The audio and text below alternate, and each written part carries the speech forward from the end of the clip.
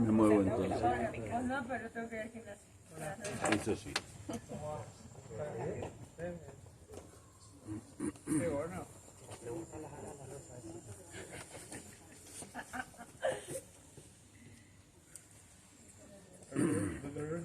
Bueno,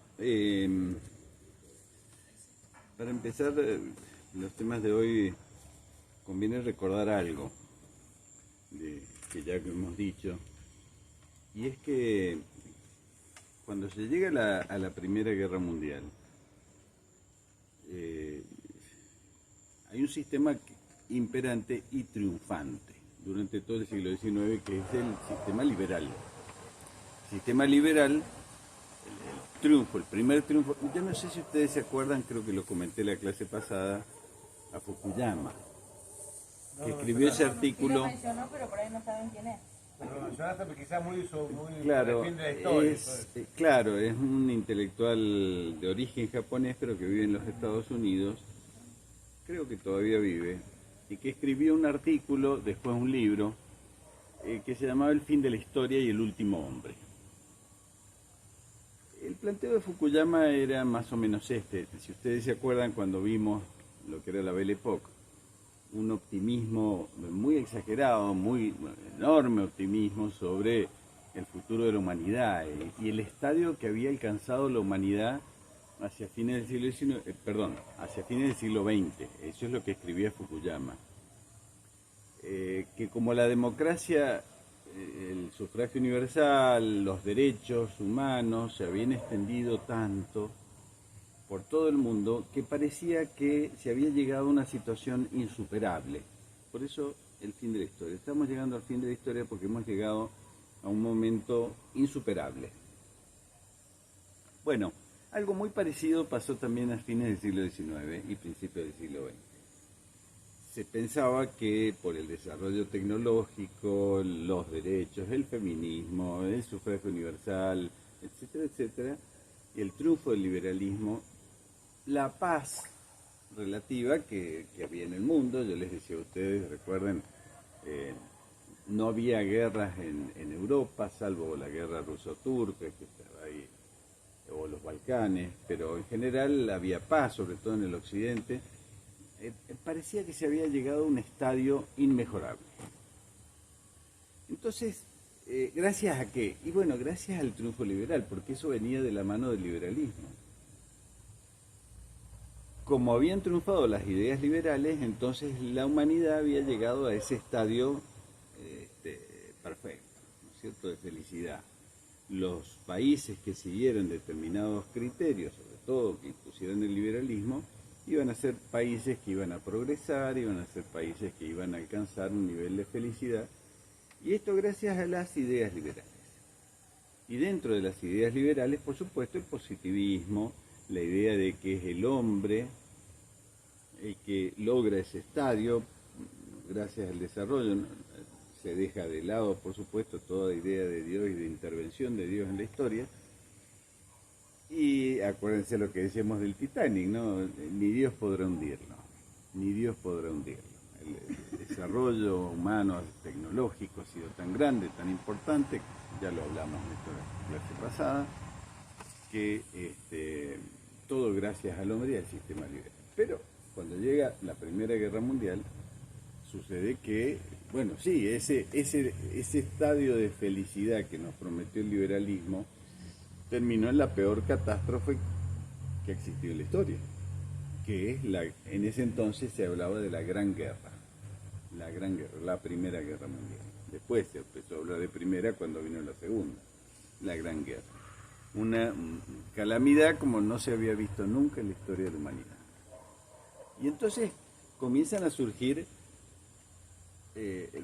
opciones al liberalismo. Si el liberalismo finalmente había fracasado rotundamente porque en vez de llevar al hombre a ese estadio, a la sociedad, a ese estadio de felicidad, la había llevado a la peor catástrofe, entonces empiezan a surgir opciones.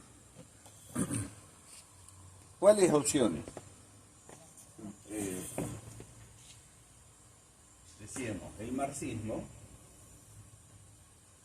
y los nacionalismos.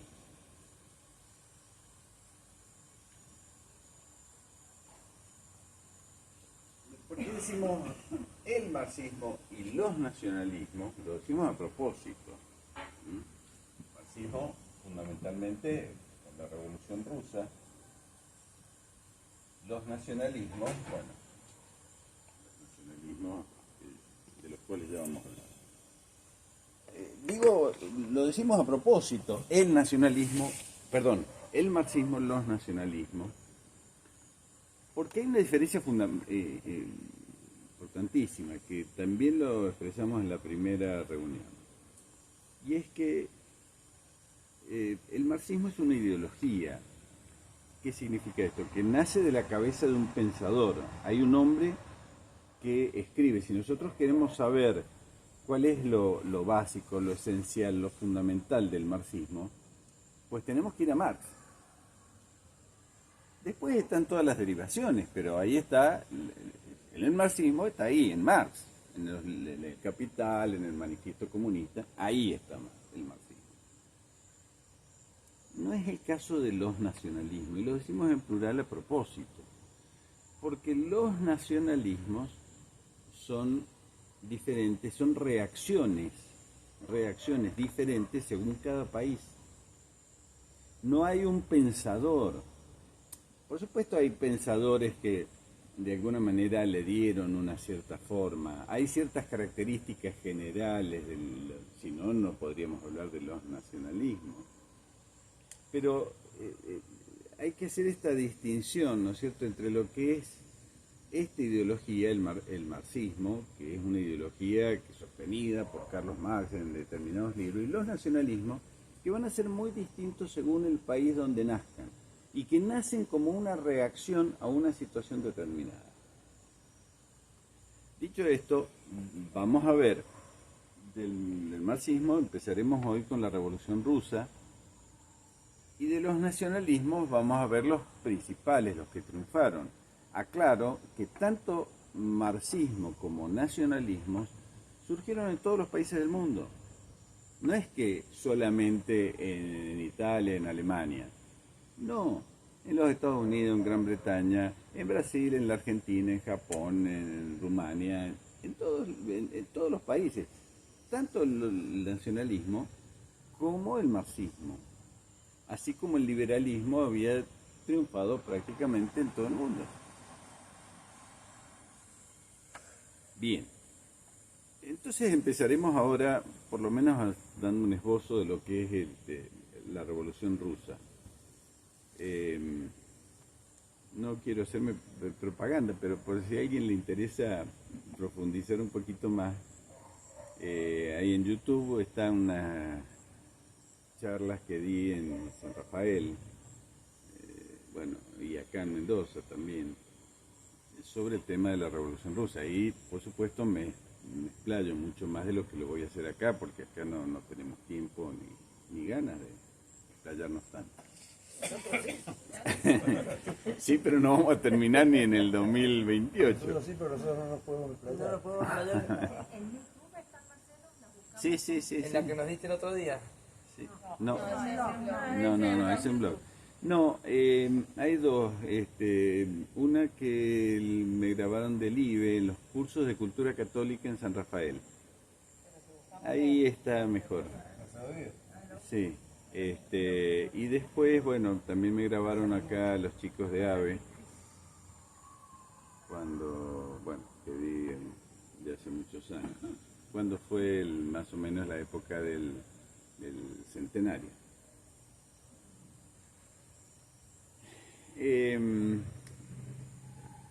Bueno, primero que nada, y ¿qué es lo que sabemos de Rusia? ¿Por dónde tenemos que empezar? Bueno, tenemos que empezar que hacia principios del siglo XX, y como lo había sido desde siempre, Rusia era un imperio, un imperio, el imperio zarista. La palabra zar hace referencia a imperio, tiene el mismo origen que César, que Kaiser, que Shah de Irán, de Persia. Shah, Con ese. el mismo origen etimológico, hace referencia a un imperio. Otra cosa que hay que empezar a decir, aunque sea muy rápidamente, es que tanto en Rusia como en los países musulmanes hay siempre una tensión entre parte de la población que mira hacia Occidente y parte de la población que quiere mantener las características propias y diferenciarse de Occidente. Esto es muy importante entenderlo, tanto para entender la Revolución Rusa como para entender lo que vamos a ver, Dios quiere, si Dios quiere, y me aguantan, hacia el final del curso, que es el terrorismo islámico. Existe esa tensión entre los que quieren imitar, parecerse a Occidente, especialmente a Gran Bretaña, y los que quieren mantener las características propias. Esto también pasa, por ejemplo, en los pueblos, en general en los pueblos eslavos, que están ahí entre Occidente y Oriente. Existe esa tensión. Bueno, eso se vivió en Rusia, por ejemplo, desde la época de Pedro el Grande o de Catalina de Rusia, en donde comienza a existir esa idea. Si en Occidente están más avanzados, si en Occidente se vive mejor, si han progresado más rápidamente, bueno, pues imitémoslo. Y sobre todo, claro, cuando hacia fines del siglo XIX comienza a verse el desarrollo industrial, cómo crecen económicamente, especialmente Inglaterra, Francia, con las colonias, etcétera, etcétera. Bueno, si queremos ser un país grande, tenemos que ver ahí. No obstante esto, y no obstante que de alguna manera ya habían entrado algunas ideas, sobre todo de la Ilustración, del liberalismo, con Pedro el Grande, de la masonería, en la época de Catalina, fines del siglo XVIII. Sin embargo, durante todo el siglo XIX prácticamente, Rusia gozó de, aparte de una estabilidad política, económica importante, un rechazo a un grupo de zares que en general en el siglo XIX fueron muy buenos. El siglo XIX, el zarismo en el siglo XIX. De modo que las ideas liberales e ilustradas no fueron tan importantes. Entraron en Rusia, pero nunca como en Occidente, nunca, de ninguna manera. Entraron como entraron. Fundamentalmente, si ustedes se acuerdan, el principal enemigo de Napoleón fue Inglaterra, pero después se formó la Santa Alianza. Y en la Santa Alianza participaban Prusia, Rusia, Gran Bretaña, y algunos otros países, Austria, Imperio Austrohúngaro. Rusia participa de la coalición contra Napoleón. Y entonces muchos soldados fueron de Rusia a luchar contra las tropas francesas de Napoleón. Se acordarán también de que Napoleón invadió Rusia. Pero acá lo que nos importa son estos soldados rusos que estuvieron diseminados por buena parte de Europa luchando contra las tropas francesas y sobre todo los que se quedaron, no solo los que lucharon, o menos los que lucharon, y sí los que se quedaron, porque claro, una vez vencido Napoleón había que sostener aquello que se había planteado en la Santa Alianza, que era la época de la restauración monárquica, había que sostener las monarquías, entonces buena parte de los ejércitos rusos se mantuvo allí en Europa. Nos importa entonces esto, que en Rusia las ideas liberales no entraron, no hubo una ilustración rusa como si hubo una ilustración en Occidente hacia fines del siglo XVIII, principios del siglo XIX.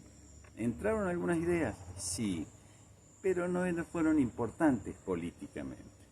Es decir, que en Rusia, cuando llega a principios del siglo XX, se mantiene la idea tradicional del monarca, de la política. El zar ruso, el emperador ruso, sigue siendo un padre para el pueblo.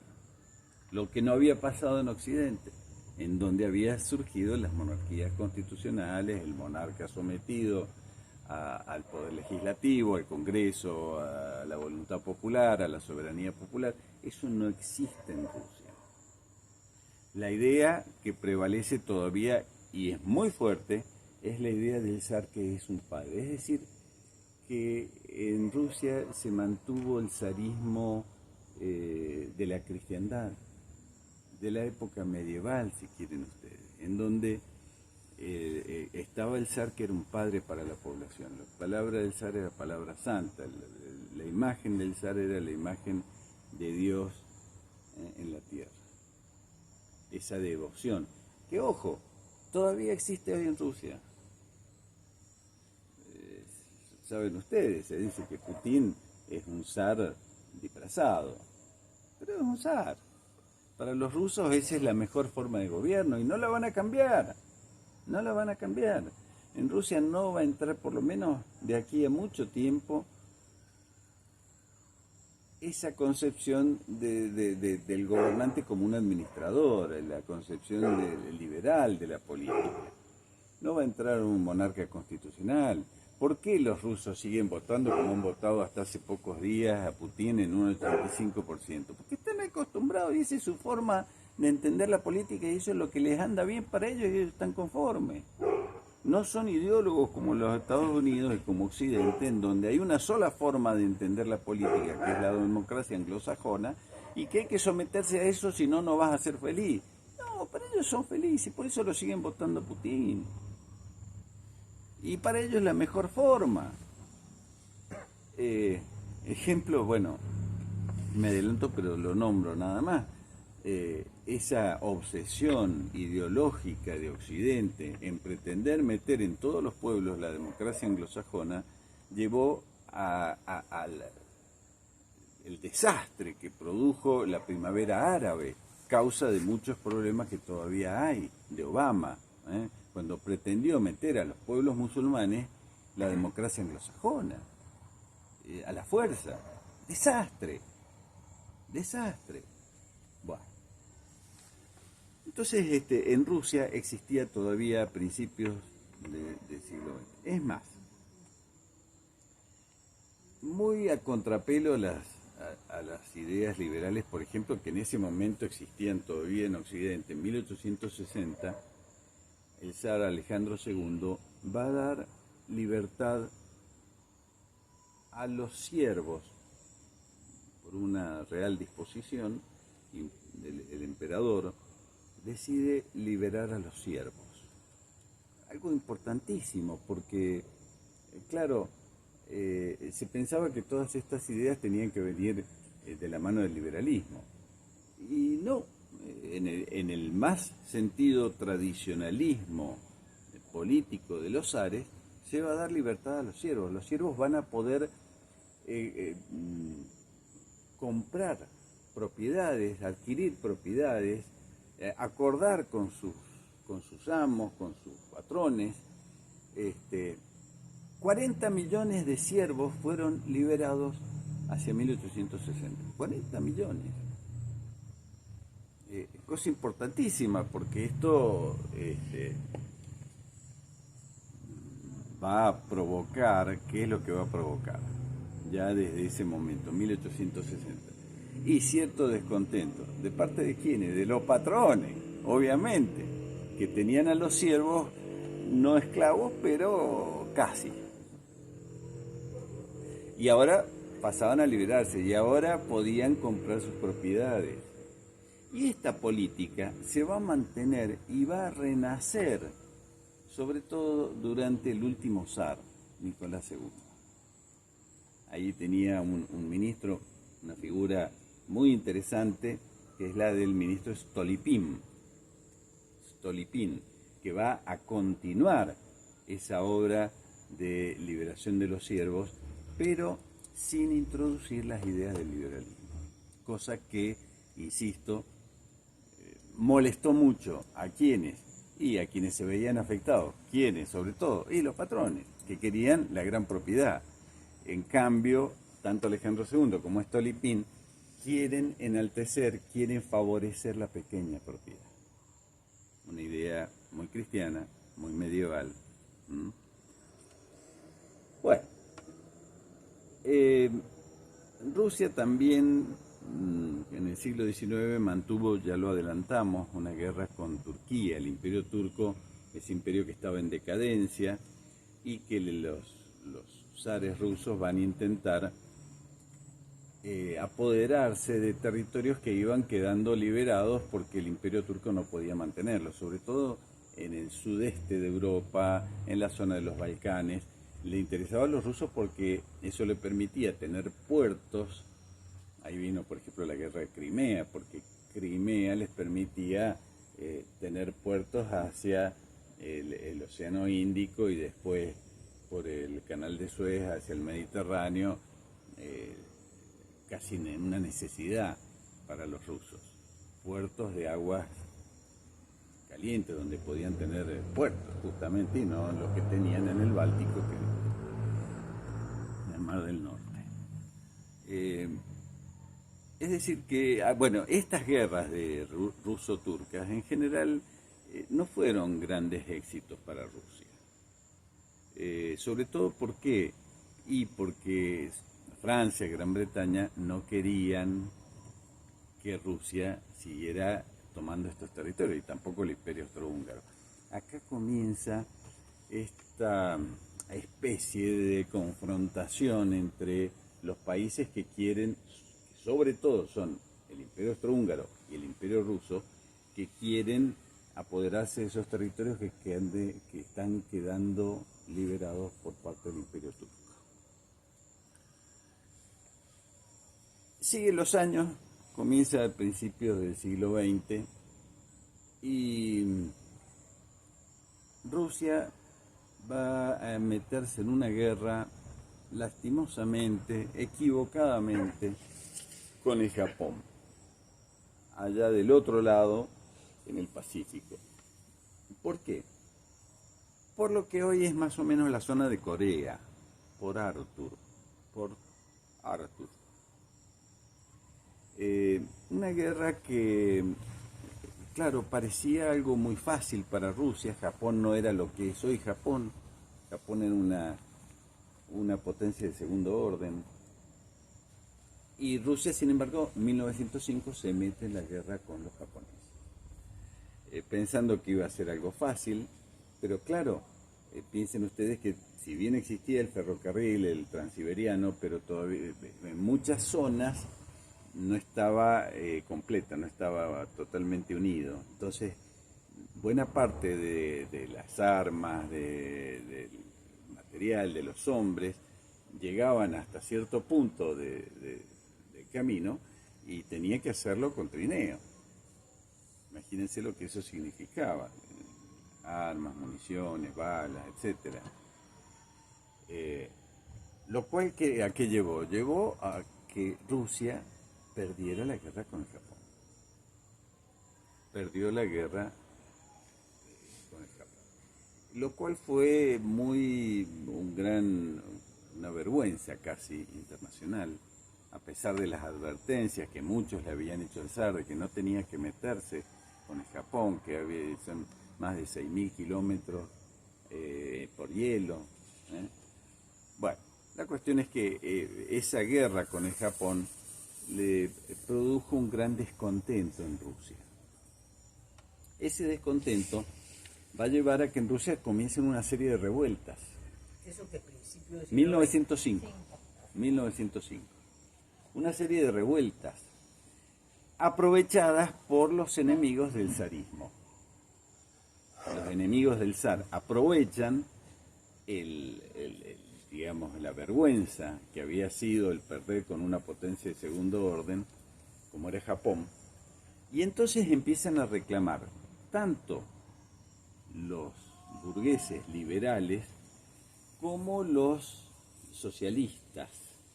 No, Marcelo, ¿por qué fue la guerra contra Japón? ¿Cuál fue el conflicto? Bueno, justamente porque Port Arthur, que era de más o menos la zona de Corea, Sí, tenía puertos hacia el Pacífico, claro. puertos de aguas templadas Claro. que las ambicionaba Rusia. Bueno, de este modo entonces empiezan a surgir los grupos burgueses liberales y los grupos socialistas en Rusia, aprovechando el descontento, la vergüenza. Bien, ¿por qué nos pasa esto? Esto nos pasa porque nosotros no hemos asumido un gobierno democrático, un sistema capitalista. Esta es la consecuencia, perdimos la guerra contra una potencia de segundo orden. Y empiezan a presionar para pedirle al zar, comienzan a pedirle, a exigirle al zar la formación de una Duma. ¿Qué era la Duma? La Duma es una especie de congreso. Tradicionalmente la Duma no tenía un carácter consultivo, es decir, el zar le consultaba, pero no tenía poder decisorio. ¿Qué es lo que querían los burgueses? La convocatoria, una Duma, pero que esa Duma fuera al modo occidental, como en Inglaterra, es decir, un parlamento, un poder legislativo con poder realmente, y no un órgano de consulta. El zar,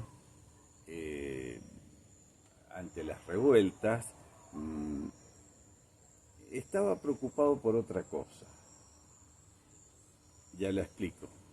Pero los generales subalternos directamente reprimieron ante las revueltas que surgieron en fines de 1905, principios de 1906, una represión terrible que le va a costar muy caro al zar. El zar, al parecer digo, no estaba, digamos, 100% metido en la cosa. Y él supuestamente fue muy crítico después de sus funcionarios que habían ordenado la represión. ¿Por qué? ¿En qué estaba el zar? Saben ustedes que el zar había tenido 4 hijas mujeres y un varón, después un varón. Y la sucesión imperial iba por el varón. De modo que el hijo varón, el zarevich,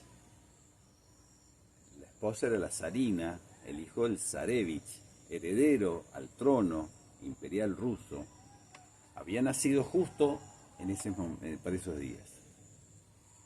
Y lo grave, lo complicado es que cuando nace se advierte que el zarevich tenía una enfermedad que hoy es muy fácilmente curable, pero que entonces era incurable, que era la hemofilia.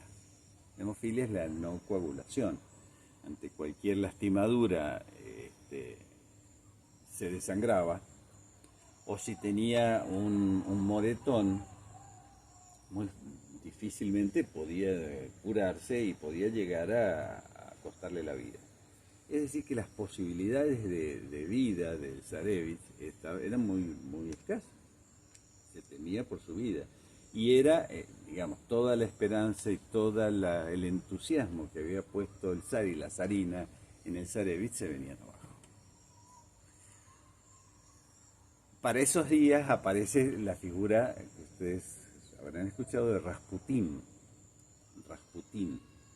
Rasputín era un monje ortodoxo, no católico, ortodoxo, que aparece hacia 1907 más o menos en la corte.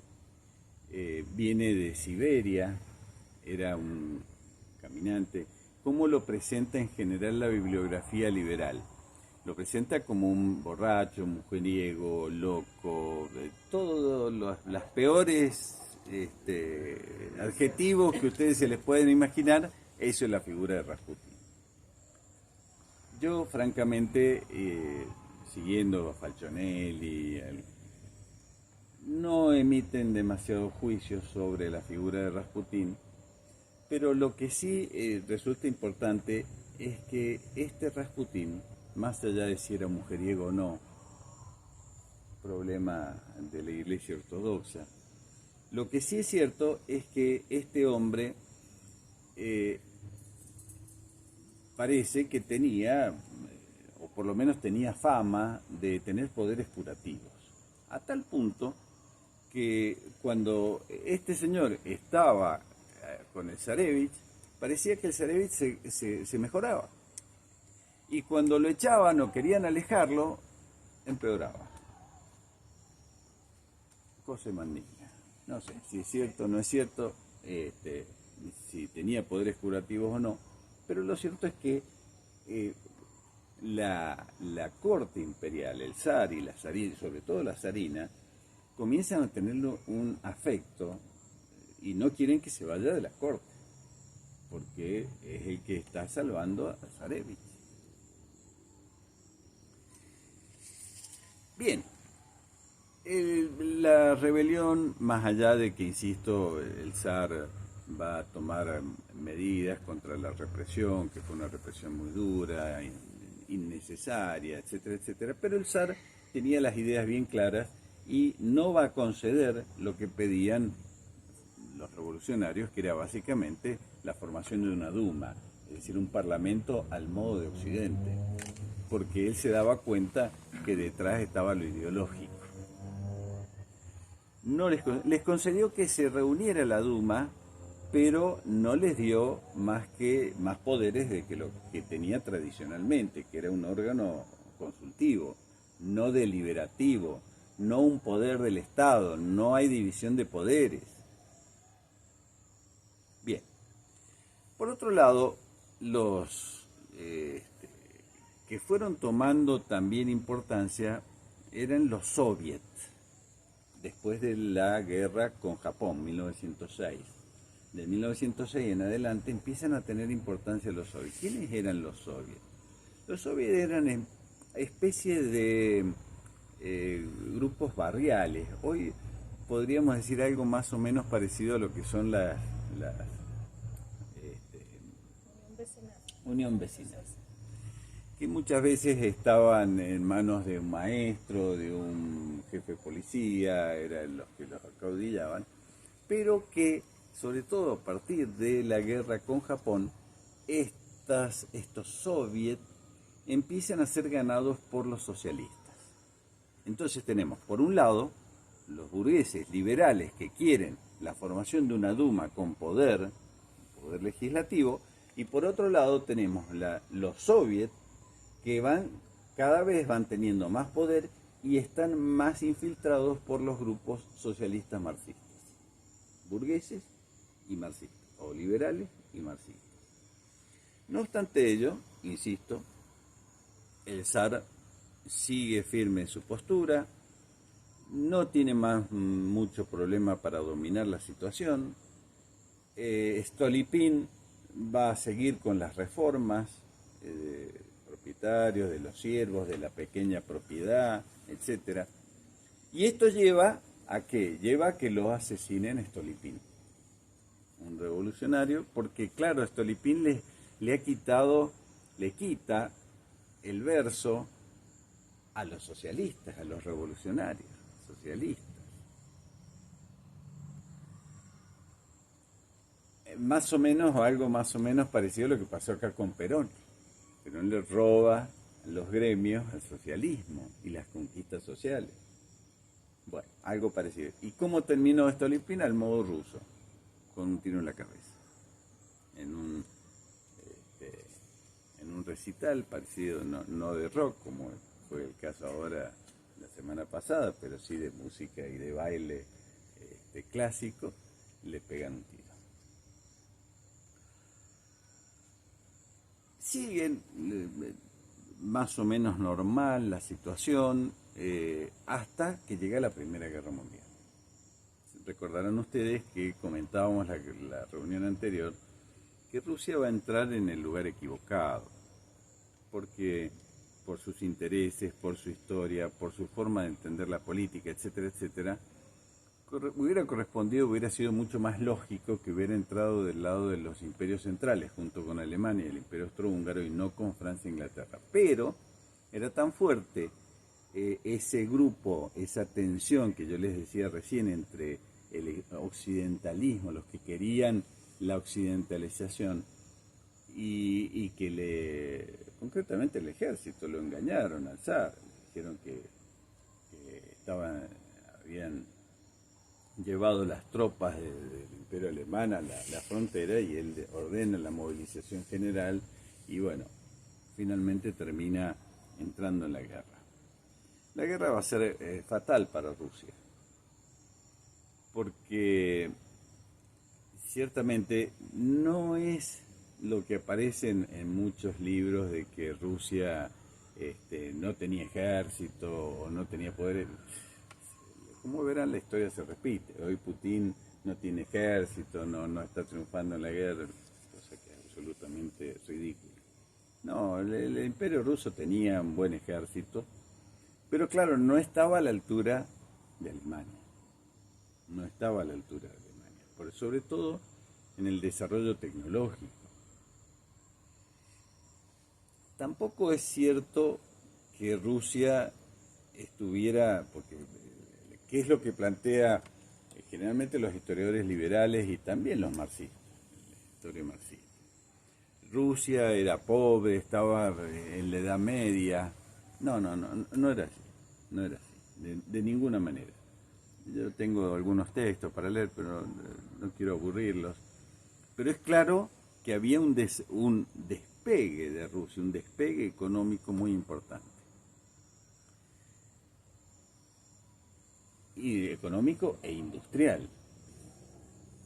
A tal punto es este despegue económico e industrial que va a ser muy mal mirado fundamentalmente por Inglaterra, por el gran capitalismo, porque el gran capitalismo mundial no aceptaba que Rusia tuviera un despegue económico e industrial sin hacerlos parte al gran capital. Nicolás II tenía muy claro que no debía abrirle las puertas al capitalismo internacional. Y sin embargo había un desarrollo reconocido, insisto, por los grandes historiadores hoy, no los que se ven en la escuela secundaria, pero por importantes historiadores.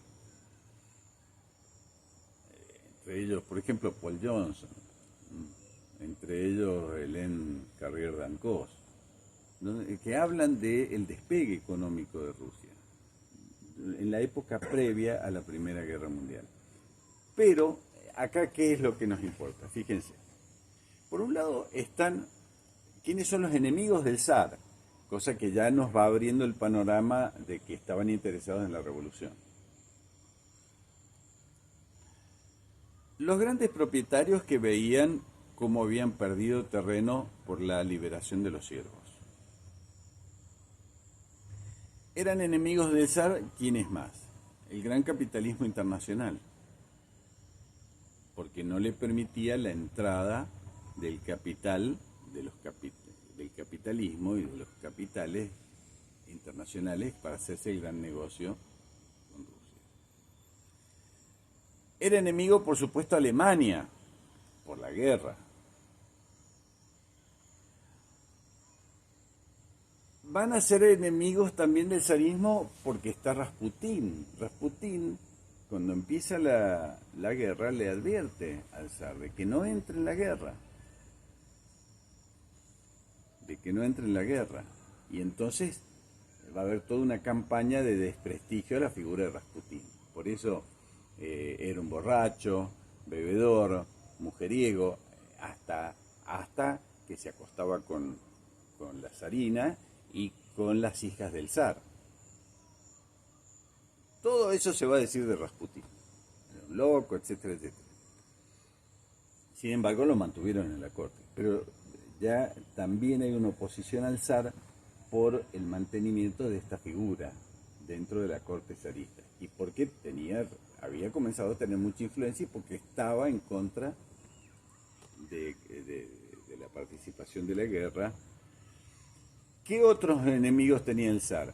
Bueno, los burgueses, todos estos que admiraban las instituciones liberales de Occidente, especialmente de Gran Bretaña, y querían un cambio político y querían mantener la figura del zar, pero al modo de las monarquías occidentales, como en Inglaterra, por ejemplo, que seguía existiendo el rey, pero el rey estaba sometido a la voluntad popular, al parlamento, a la soberanía popular. Ahí hay otro grupo de enemigos. Otros enemigos dentro del ejército, porque veían en el zar una figura débil, una figura que no terminaba de aliarse con los países occidentales. Bueno, todo este combo es el que va a llevar a la Revolución Rusa. Los enemigos del zar. No sé si hace falta repetirlos. Los burgueses, el cambio político, los capitales. Me faltan los judíos también. ¿Por qué? Porque Alejandro I, abuelo de Nicolás II, lo habían asesinado, y cuando se estudia quiénes lo habían asesinado eran los judíos. Y entonces en la segunda mitad del siglo XIX van a aparecer los pogroms, es decir, la persecución a los judíos. Por eso muchos judíos se van a ir a ¿dónde? A Alemania. Ya vamos a ver la importancia que tiene los judíos en Alemania. Entonces, los judíos, los burgueses que querían el cambio político, los capitalistas que estaban furiosos porque la liberación de los siervos, la figura de Rasputín, la esposa del zar era alemana. Otro motivo para... Y tenía mucha influencia, según los liberales, en el zar. Todo este cúmulo de cosas nos llevan a la Revolución Rusa. No le cabía la canción de Roberto Carlos, que tiene 1 millón de amigos. No. 1 millón de enemigos. Claro. Como el zar tenía esa figura paternal, tradicional del monarca cristiano. ¿Se acuerdan ustedes? Los monarcas de la cristiandad eran los que se ponían al frente del ejército, no se quedaban en sus palacios. Eso va a ser después, en la Edad Moderna. En la Edad Media todavía los monarcas se ponían al frente de los ejércitos. Y eso va a pasar con el zar. Cuando ya había una situación de desgaste, cuando morían muchos soldados, porque claro, Rusia es un gran país que tiene una enorme población, entonces la infantería en ese momento era la guerra se hacía con la infantería. Entonces hay toda una marea humana de soldados. La superioridad alemana se vencía con la superioridad numérica de la infantería rusa, o no se superaba, pero por lo menos se podía emparejar. Y entonces, claro, los soldados rusos caían como moscas. Entonces, esto va a provocar un cierto desánimo en el ejército ruso. No es que tampoco fuera tan importante la pérdida, no es que fuera a terminar la guerra porque... No. Pero el zar entiende que para dar ánimo, para dar fuerza, para dar ejemplo, él tiene que ponerse al frente del ejército, y entonces decide él irse de San Petersburgo. San Petersburgo era la capital del zarismo, no Moscú, San Petersburgo. Decide irse, a ponerse al frente del ejército, y entonces, ¿en quién queda el poder?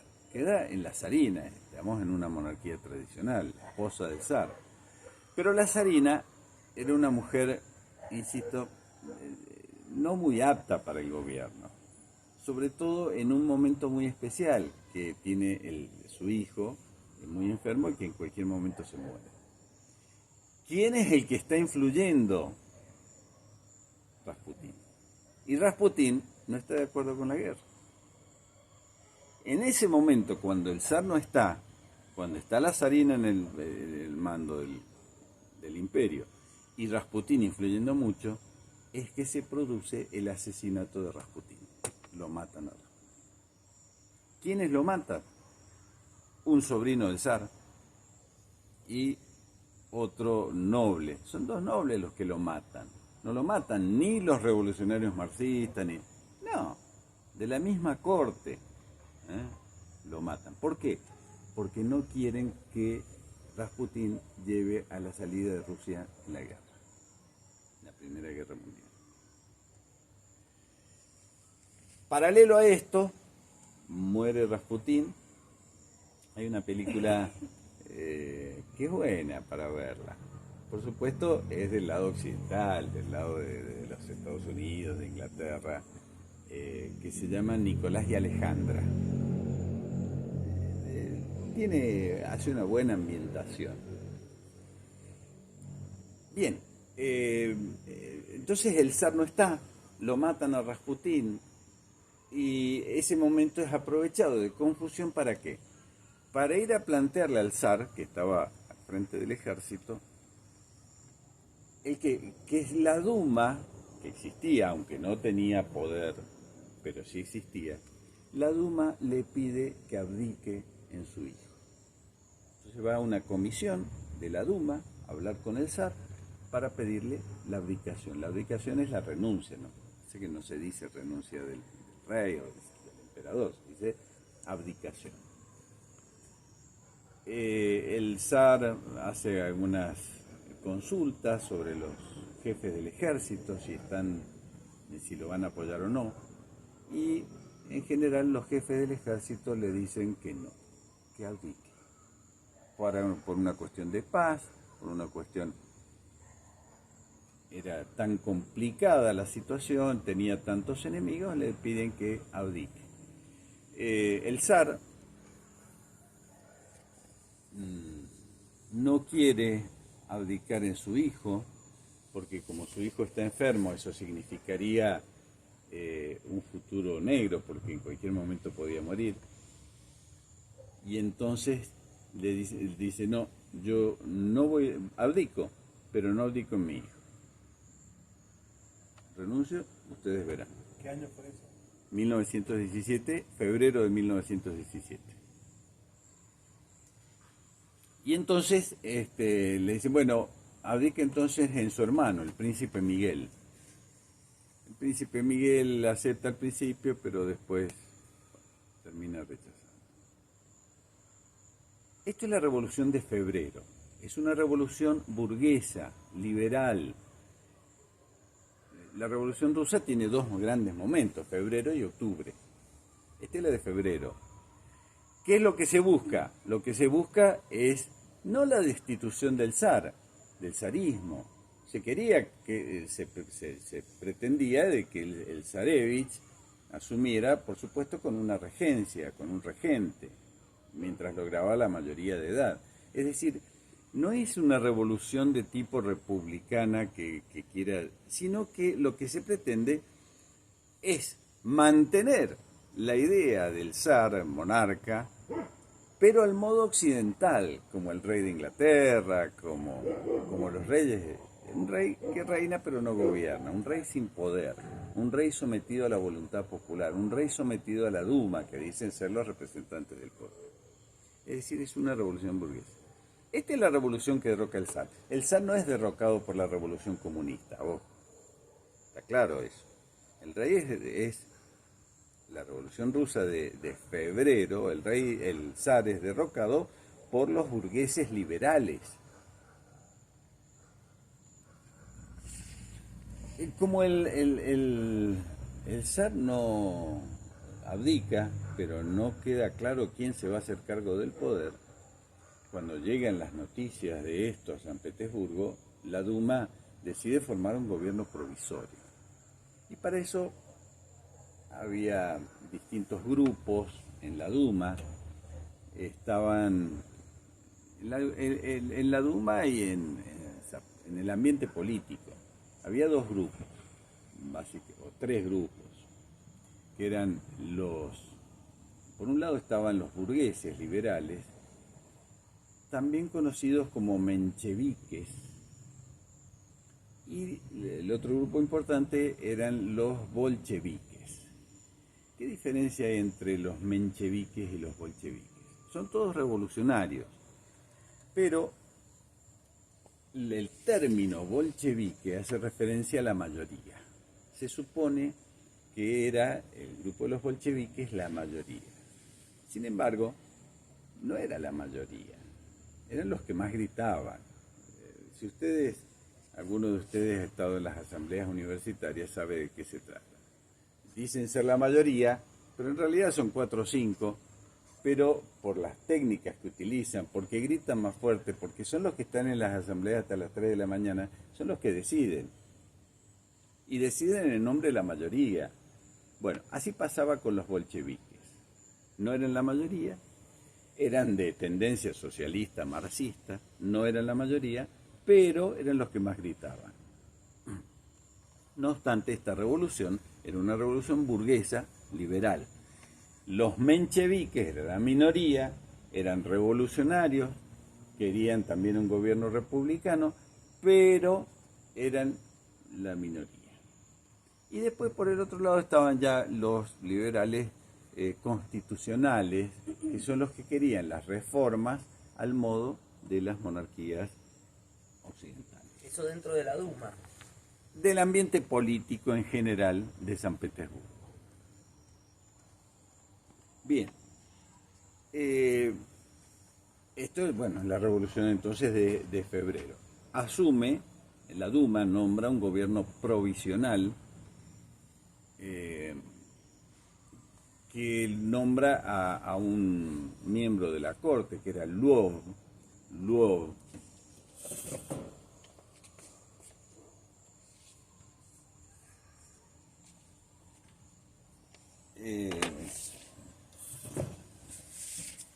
A cargo, presidiendo la Duma, presidiendo el gobierno también, Lvov. Pero claro, el ambiente estaba muy enrarecido. Sobre todo, bueno, había mucha división, porque claro, el descontento había aparecido supuestamente porque no había pan. Esto es la excusa para tratar de entusiasmar a la población. Hoy se sabe perfectamente que no faltaba el pan, no faltaba la harina, que había para muchos meses. No era ese el problema, pero ¿qué hacen? Los grandes empresarios de productores de harina y de pan retiran del... ¿Habían usado el mismo argumento en la Revolución Francesa? No. Faltaba pan. Sí, el argumento de falta de alimentos sí, pero acá claramente es provocada por los productores para tratar de levantar a la población, porque la población seguía admirando al zar, la figura del zar, y había que convencerla. Entonces, bueno, esta era la excusa, pero cuando asume el nuevo gobierno de Lvov, había algo que era muy fuerte, que era el descontento y las ansiedades, sobre todo del pueblo, la población común, el pueblo, diríamos así, por salir de la guerra. ¿Por qué? Porque imagínense ustedes que prácticamente, si bien todavía podía luchar durante muchos meses y hasta podía tener éxitos militares a largo plazo, lo que pasaba es que, la realidad es que se dice que 7 de cada 10 soldados que iban al frente de batalla no volvían. Entonces había un clamor porque Rusia saliera de la guerra. Un clamor. El gobierno de Lvov, era, ¿de dónde salió? La Duma, una vez que abdica el zar, tiene que nombrar un gobierno provisorio. Y entonces nombra al príncipe Lvov. Por supuesto que, si bien era un príncipe de la corte zarista, pero quería los cambios al modo de las monarquías occidentales. O sea, era un burgués. Claro, ahí en la película de Nicolás y Alejandra se ve muy bien cómo los embajadores de Francia, de Gran Bretaña, de los Estados Unidos, van a presionar a la Duma para que Rusia no salga de la guerra. ¿Por qué? Porque acuérdense ustedes que lo fuerte del entente era que a Alemania se le obligaba a luchar en dos frentes. El frente occidental con Francia, Gran Bretaña, etc., y el frente oriental con Rusia. Si Rusia salía de la guerra, le quedaba a Alemania un solo frente. Y entonces era mucho más complicado para Francia y Gran Bretaña. Bueno, la cuestión es que el nuevo gobierno, apoyado por Francia, Gran Bretaña, etcétera, etcétera, le exigen de que no salga de la guerra. Pero esto significaba para la población, dice, bueno, nos han cambiado de amo. Antes teníamos al zar, que era nuestro padre, que nos quería, que etcétera, que luchaba por nosotros, y ahora resulta que tenemos un nuevo gobierno que desconocemos quiénes son los partidos políticos, la Duma, etcétera, etcétera, estos políticos, y no solucionan el principal problema, que es la salida de la guerra. La cuestión es que cada vez se le fue complicando más la situación a Loeb y va a ser reemplazado a mediados de año por Kerensky.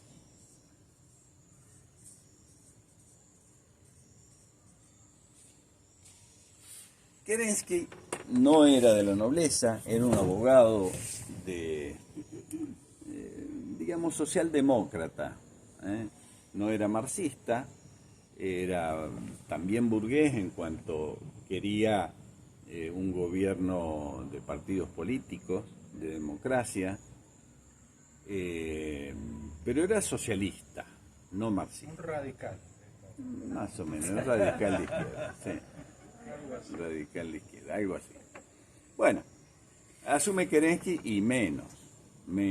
Incorpora algunos representantes más sobre todo del ala izquierdista, y no da pico. Las protestas siguen cada vez más.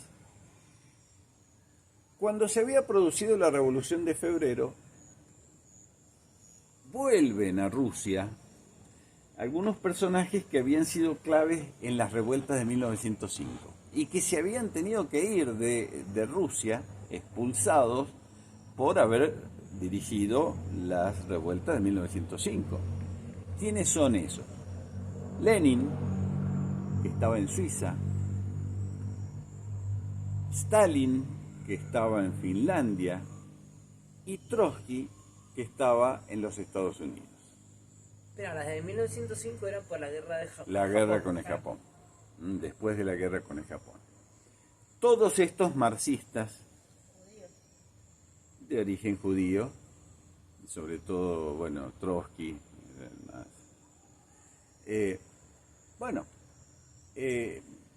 Lenin, por ejemplo, para pasar, está muy bien en la película, está muy bien puesto, para pasar de Suiza, que era neutral en la guerra mundial, ¿se acuerdan?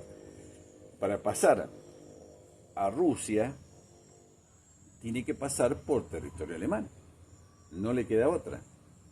O sea, o por Alemania, o por el Imperio Austrohúngaro, o por, es decir, todo el territorio. Y está muy bien porque efectivamente fue así.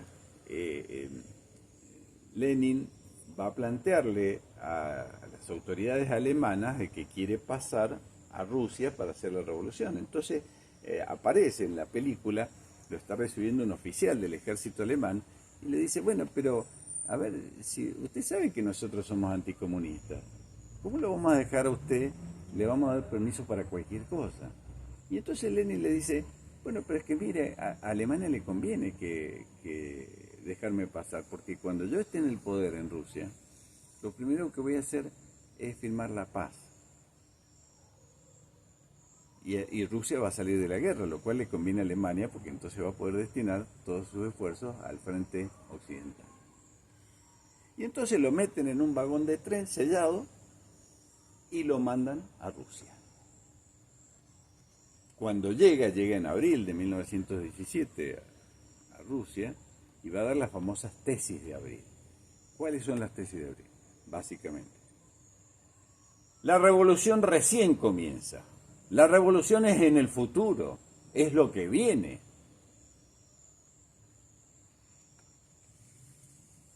Y bueno, también llega Trotsky. Trotsky también es curiosa la cosa porque viene de México, pero para ir de México a Rusia tiene que pasar por Canadá. Perdón, de Estados Unidos, no de México, de Estados Unidos. Tiene que pasar por Canadá. Y Trotsky tenía mucho apoyo de ese personaje que yo les nombré en la reunión pasada, que ahora se me dio el nombre, pero bueno, es natural. Que era la mano derecha de Wilson. Tenía toda la venia y el apoyo económico de los Estados Unidos para ir a hacer la revolución en Rusia. Bueno, la cuestión es que pasa por Canadá y las autoridades de Canadá no lo quieren dejar pasar por sus antecedentes comunistas, marxistas. Y entonces ahí aparece este personaje, que me estoy olvidando. Era el que había terminado de disolver todo el imperio. El Imperio Austrohúngaro, exactamente. Sí, el secretario de... Sí. Bueno, la cuestión es que las autoridades canadienses no lo quieren dejar pasar y sale este personaje y le dice, no, miren, déjenlo pasar, me hago cargo yo, y lo dejan pasar. Bueno, así llegó Trotsky, Lenin, Stalin, llegan a Rusia y comienzan a trabajar ¿para qué? Para tomar el poder. Ante el descontento y el descontrol que había en el gobierno por Lvov y Kerensky, burgueses que no habían, digamos, no satisfacían ni a los revolucionarios más extremos, ni a los zaristas, ni al pueblo, porque no salían de la guerra, entonces estos empiezan a trabajar y en el mes de octubre dan el zarpazo.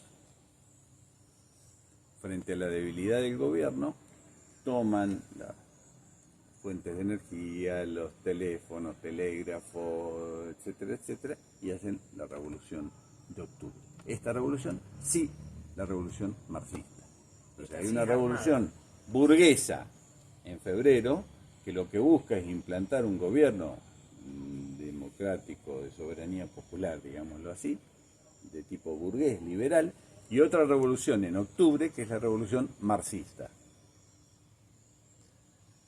Cuando toman el poder, se hacen del poder, lo nombran a Lenin como secretario del partido y ahí comienza todo el proceso de comunistización de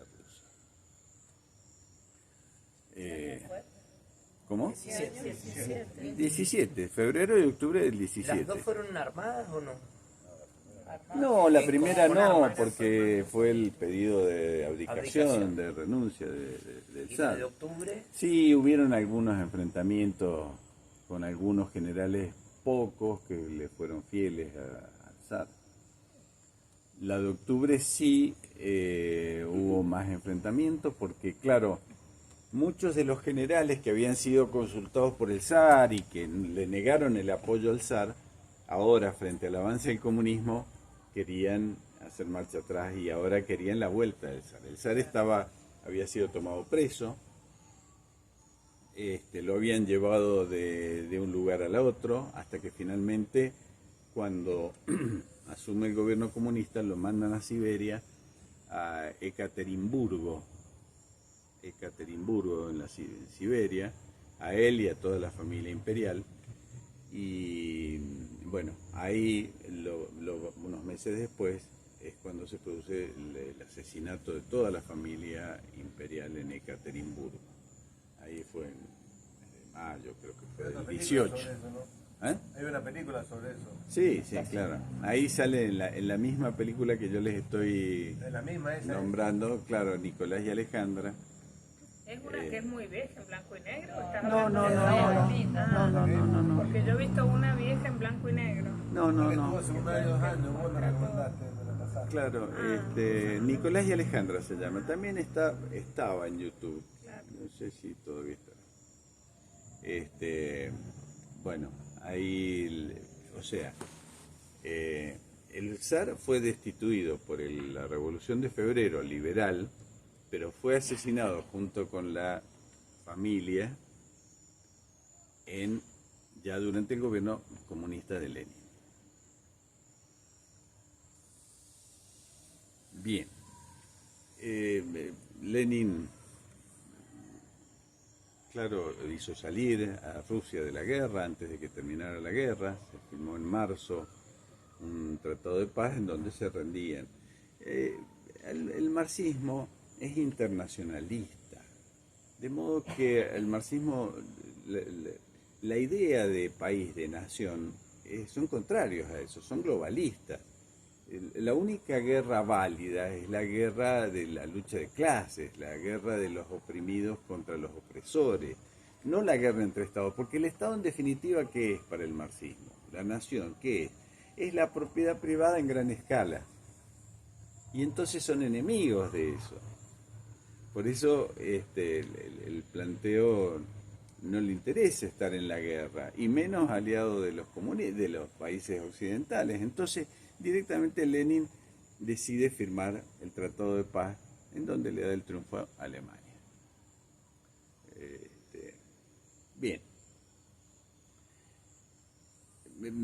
Va a tener alguna serie de problemas económicos, no voy a entrar demasiado en el tema, pero bueno, se produce la comunistización con, por supuesto, la reforma agraria, la estatización de la energía, de la producción, etcétera, etcétera, bueno, lo que ustedes ya saben y se imaginan.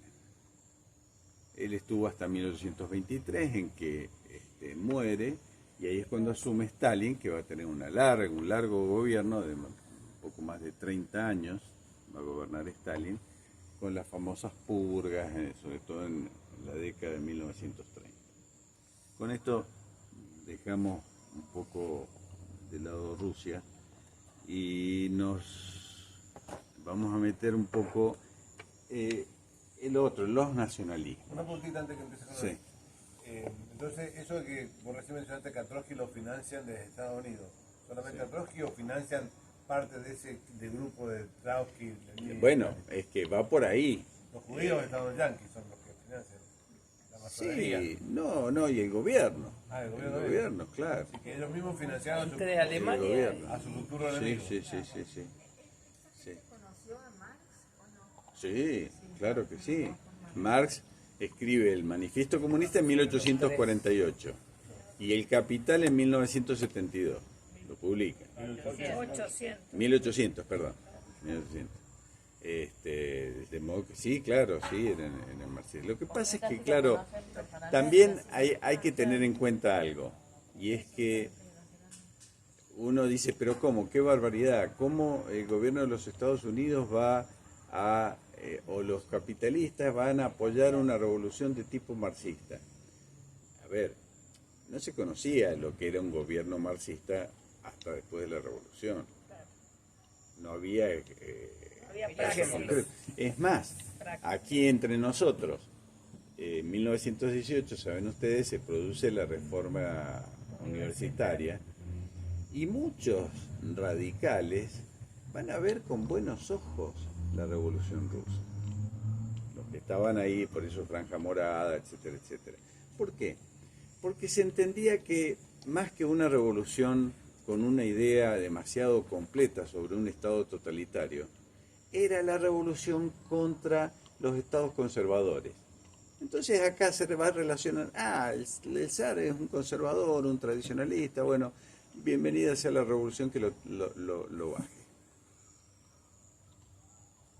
Entonces muchos radicales vieron con buenos ojos la revolución rusa. Y en los Estados Unidos se veía también con buenos ojos la revolución, porque se terminaba con el zarismo. Y se terminaba con todo, no solo el zarismo que ya en realidad ya había sido destituido, pero con la sociedad esa tradicional y con todo lo demás, ¿no? Bien. Otra preguntita antes de que pase el tema. Cuando ellos ganan esa guerra civil que está como 3 años, ¿cómo no les fue tan fácil? No, claro, Trotsky, cuando llega a mediados de 1917, se le encarga la formación del Ejército Rojo. Es decir, tomar del ejército ya existente todos aquellos elementos, jefes, militares, etcétera, etcétera, que se van a unir a la revolución, van a formar el Ejército Rojo. Cuando caiga el gobierno burgués liberal, se va a formar el ejército blanco con los descontentos porque el poder pasara directamente a los comunistas. Entonces se forma el ejército rojo y el ejército blanco. Ahí están el general Wrangler, el general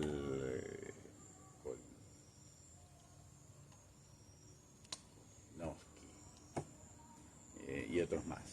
Forman el ejército. El ejército blanco llega muy cerca de Ekaterimburgo cuando están por matarlo al zar.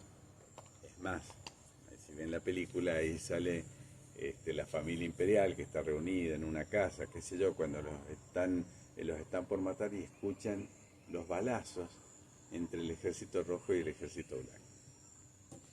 De todos modos, no tuvo, fue vencido, Claro. no, sobre todo, claro, porque ellos esperaban también la ayuda de Occidente, y la ayuda de Occidente nunca llegó. Nunca llegó. O sea, llegó para los rojos, pero no para el ejército blanco. Esa guerra, sí, la guerra civil rusa, va a durar algunos años, casi hasta la muerte de Lenin, pero bueno, pero nunca llegaron al poder, más allá de los enfrentamientos militares. Bueno, los nacionalismos. ¿Saben ustedes que la idea nacionalista es una idea de la Revolución Francesa? El nacionalismo moderno surge con la Revolución Francesa. No sé si lo hablamos ya en la reunión pasada. La idea nacionalista es una idea de la Revolución Francesa. El principal teorizador, aunque no creador de un sistema nacionalista, pero sí teorizador en Occidente, es el francés Maurras, Charles Maurras, Maurras se escribe. Maurras explica el surgimiento del nacionalismo, porque más o menos así. Yo lo voy a simplificar al máximo. Cuando en el siglo XVIII, 1789, se produce la Revolución Francesa, digamos, las ideas, lo global, era el cristianismo. ¿Se acuerdan que en la reunión pasada decíamos que la Ilustración surge como una opción a la sociedad cristiana, ese globalismo cristiano que existía, para oponerse, para crear una nueva sociedad en el orden político, social, económico, cultural? ¿La opción cuál es? La Ilustración. ¿A qué? A la cristiandad, que todavía existía, a esa sociedad que estaba asentada sobre los principios cristianos. Bien, es decir, que lo global era lo cristiano. Para oponerse a lo global había que empezar a triunfar en los pequeños estados, concretamente en Francia. Y entonces empiezan a surgir la idea de nación o de nacionalismo. Hay que exaltar y tratar de que lo global no nos coma. Por eso, durante el siglo XIX, el nacionalismo, la idea nacionalista, va de la idea del liberalismo. Los nacionalismos del siglo XIX son nacionalismos liberales. Los que lucharon para la unificación italiana, por ejemplo, que eran masones nacionalistas, o los liberales, que iban triunfando de revolución en revolución, la del 30, la del 48, las sucesivas revoluciones liberales en Europa. El nacionalismo va de la mano del liberalismo en el siglo XIX. Nosotros tenemos el ejemplo más claro en la Argentina. ¿Quién fue el primer partido nacionalista en la Argentina? El Partido Nacionalista de Mitre. El gobernante, el presidente más liberal que hemos tenido, el que dio el triunfo al liberalismo en la Argentina fue, y con el que comenzó el liberalismo en serio en la Argentina, fue con Mitre, creador del Partido Nacionalista. Por eso, yo siempre cuento que tuve una discusión en un intercambio con Ricardo Curuchet, porque claro, yo le decía, es que el catolicismo no es de por sí nacionalista, porque el catolicismo no es ideología. El nacionalismo no, conviene ahora a las ideas tradicionales y cristianas porque lo global es liberal. Entonces, para luchar contra ese globalismo liberal o marxista hay que ser nacionalista, porque no podemos triunfar con nuestras ideas en todo el mundo. En cambio, en el siglo XIX era justo lo contrario, y esto lo explica Morrás.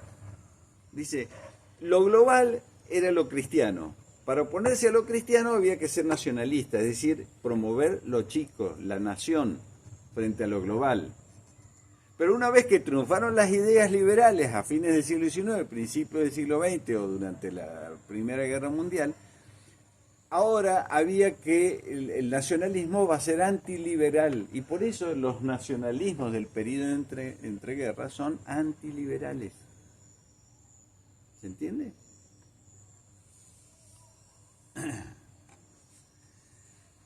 Es decir, que dentro de las características comunes de los nacionalismos, primero es que es una reacción dada en un país ante la problemática que está viviendo ese país. No son todos iguales, ni opinan todos los mismos, y se van a oponer algunos nacionalismos contra otros nacionalismos. El nacionalismo austríaco contra el nacionalismo alemán.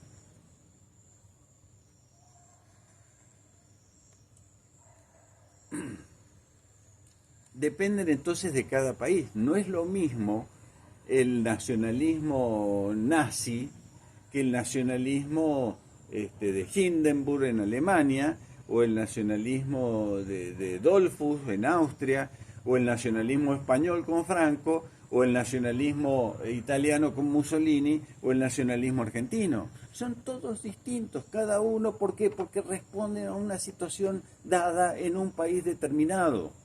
Por eso no pueden ser iguales. No son iguales. No es lo mismo el nacionalismo fascista que el nacionalismo nazi.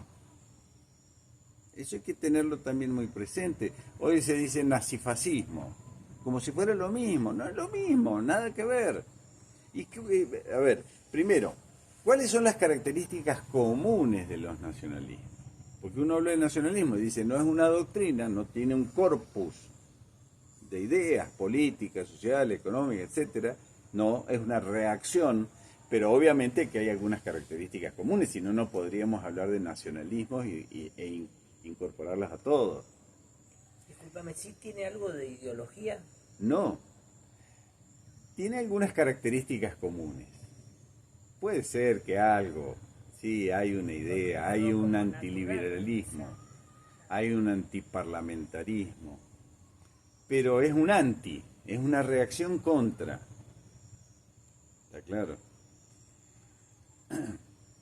Entonces, los nacionalismos, ¿qué características comunes tienen? Para que podamos hablar de los nacionalismos. Después vamos a ver las diferencias. Como común, que tienen la exaltación de lo nacional por sobre lo global. Obviamente, por eso son nacionalismos. Su antiliberalismo en esta época, ya lo explicamos. Por lo tanto, su antiparlamentarismo. Y porque son antiliberales, también exaltan la figura del líder. Hitler en Alemania, Mussolini en Italia, Franco en España.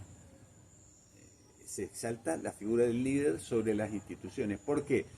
Porque el liberalismo exalta las instituciones por sobre el liderazgo personal del político. Ustedes han escuchado seguramente esa frase que dice, las personas pasan, las instituciones quedan. Y entonces hay que fortalecer las instituciones, lo institucional. Eso es propio del liberalismo. El antiliberalismo o los nacionalismos siempre exaltaron la figura del líder, son las personas las que cambian la sociedad. Para poder hacer la gran revolución nacionalista hay que contar con personas, no con instituciones. Las instituciones se corrompen, generalmente. Bien. Entonces, antiparlamentarismo, antiliberalismo, antisocialismo. Tanto el liberalismo como el socialismo son globalistas y este nacionalismo exalta a la nación. Exaltan la figura del líder. Bueno, pero quédense sobre todo con que son antiparlamentaristas, antidemocráticos, si se quiere. En Argentina los nacionalismos no tienen un líder común, digamos. Hay figuras Hay figuras. dentro del nacionalismo, me Julio, llama la atención que en Buenos Julio y Aires Rodolfo mucho- Irazusta, Carlos y Federico Claro. Ibarguren, los primeros. Me llama la atención en Buenos Aires que hay muchos nacionalistas que toman la idea como de Perón, de ser No. Perón coqueteó con el Claro, nacionalismo claro. y le robó algunas ideas al nacionalismo. Pero Pero era para porque Perón tenía- era porque los era nacionalistas eran piantavotos, decía él. Pero no es porque, en cierta forma, porque los nacionalistas en Argentina, principalmente en Buenos Aires, era como que no tenían un líder y buscaban un líder y encuentran algo en Perón. Sí, hasta el mismo padre Castellani. Claro. El mismo Claro. padre Castellani y muchos nacionalistas se entusiasmaron con Perón. Claro, claro. Por eso formaron una alianza nacionalista que participó de las elecciones del 46, aliado al Partido Laborista, que es el partido con el que gana las elecciones Perón. Claro. Pero claro, Perón Sí, ya sé. Perón era Perón. Sí, sí, sí, Perón era estaba por populista. encima del Era nacionalismo. Claro, era populista. Y él, claro, él no iba a ceder en nada. Claro. Absolutamente en nada, era su figura, era su llegada al poder. Pero bueno, después podemos hablar en otro momento de Perón. Lo que nos interesa ahora es estas características comunes. Ahora, ¿qué tienen de diferencia esencial entre los nacionalismos que vamos a ver? Los nacionalismos que vamos a ver son los que triunfaron y que de algún modo tuvieron un peso especial, que fueron, en orden de, siguiendo la cronología, primero el nacionalismo fascista. ¿Qué es la esencia del fascismo? ¿Cuál es lo que va a distinguirlo de los otros nacionalismos? Bueno, surge de la misma frase de Mussolini, ¿eh? Todo por el Estado, todo en el Estado, nada fuera del Estado. Es decir, que el nacionalismo fascista es esencialmente estatista. De algún modo tiene que ver también con las ideas socialistas del Mussolini antes de su conversión al nacionalismo, ¿no? Profundamente estatista. Es decir, si hay algo que lo va a distinguir al fascismo, es su estatismo. Distinguir, digo, de los otros nacionalismos. Es decir, el hombre, la sociedad alcanza su desarrollo pleno dentro del Estado. Y ninguna institución queda fuera del control del Estado. Por eso es estatista. No así, por ejemplo, el nazismo. En el nazismo está la cuestión racial. Es decir, la plenitud del hombre o de la sociedad se alcanza por la pureza racial. Ya vamos a hablar después del racismo y del antisemitismo de Hitler, pero por lo menos quedémonos con esta idea, que lo esencial en el nacionalismo va a ser la pureza de la raza, el racismo. Ahora, lo de Mussolini en realidad, o sea, era estatista, pero no era comunista. Ya vamos a hablar. Esperate un poquito. Con Gramsci, Porque si Tranquilo, no, alumno. Está espoleando. No, es por eso. Vamos a La ver. historia es más o menos lo mismo. vos me querés hacer avanzar muy rápido. Claro, tranquilo, Marañón. En cambio, en el nacionalismo español, que también vamos a hablar algo, vamos a decir algo, el nacionalismo español entiende que la plenitud del hombre y de la sociedad se da en la tradición y en la religión. Eso es la esencia de los tres nacionalismos más importantes que de alguna manera triunfaron y tuvieron una, digamos, una trascendencia histórica importante.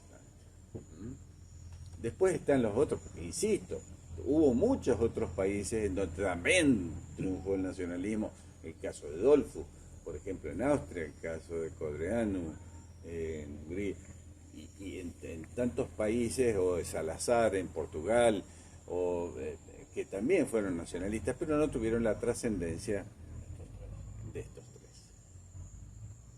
Bien. Yo no sé si están muy cansados para que empecemos con el fascismo, pero... Te traemos agua si quieres. No, yo no tengo cerveza, no hay problema. Sigo hablando cerveza macana, fresca. pero si quieren paramos. ¿Murraz tiene relevancia en Francia o es más que nada Francia, teórico, digamos? Claro, es un teórico y que inclusive estuvo muy mezclado porque él es el fundador de la Acción Francesa, y la Acción Francesa, Murraz no era católico. Entonces 10 minutos. fue un poco mal Arañón, no visto molestes. y condenado la Acción Francesa, pero por una cuestión errónea, porque ahí había una... Bien cuando hace la... le hicieron decir cosas que él no había dicho. Bien cuando habla de la concepción católica de la política, lo ve a la Acción Francesa como amoral, digamos, porque no participa la moral en la política. Claro, porque no tenía esa base filosófico-política del catolicismo. Pero políticamente, claro. Tenía una cierta tendencia a la... Sí. Bueno. No, se levantaron.